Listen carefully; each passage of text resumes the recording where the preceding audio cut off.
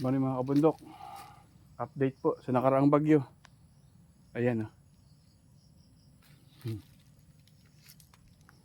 Yan.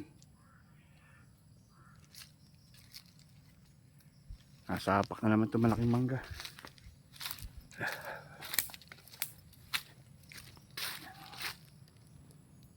Sira na pala. Inani ko na yung sitaw. Kunti lang nakuha ko. Sayang na. Sira-sira na rin. Dami na sirang pananim. Mga kabundok. Pa. Ganda sira. Isa dito tayo mga kabundok. Merkulis pala ngayon. Time check 10:30. Sumuba ako mag-isa. Yan ang sitaw namin, no. Sitaw ang tanim. Wala na. Nagtumbahan na, oh. Wala na rin bunga. Puro karag na lang natira. Ayun, oh. Pati ako kinakarag na. Ayun. Check ko muna yung sili, ha. Aray, kinakita ko ng karag. Yan nga, kabundok. Check ko yung sili dito. Wala na. Na makita.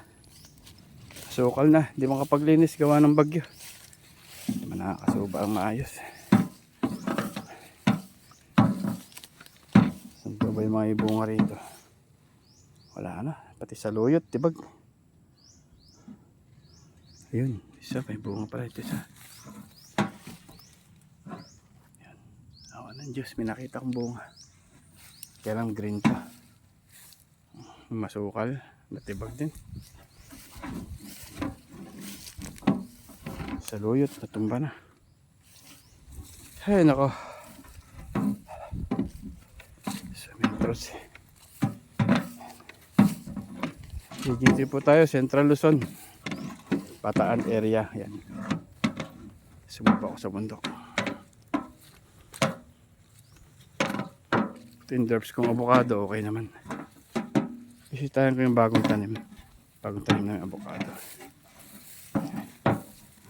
Okay naman sila.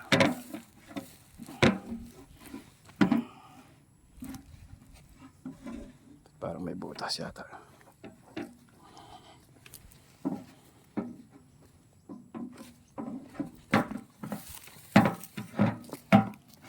Parang may butas, ano? Ano nga? Tignan ko iba.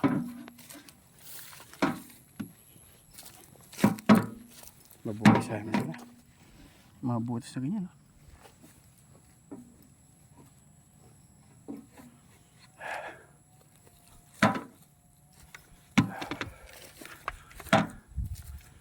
Tumbang saging.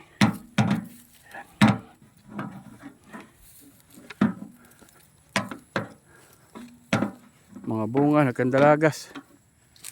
Bunga ng buko. Buko pa yata yung nahulog. Mamaya, ipakita ko sa iyo. Ito ba mga kabundok, nyug na yan, ano? Ito nga. Oh, nyug na yan. Ito. Ito, may mga ilang sili pa rito. Lilit.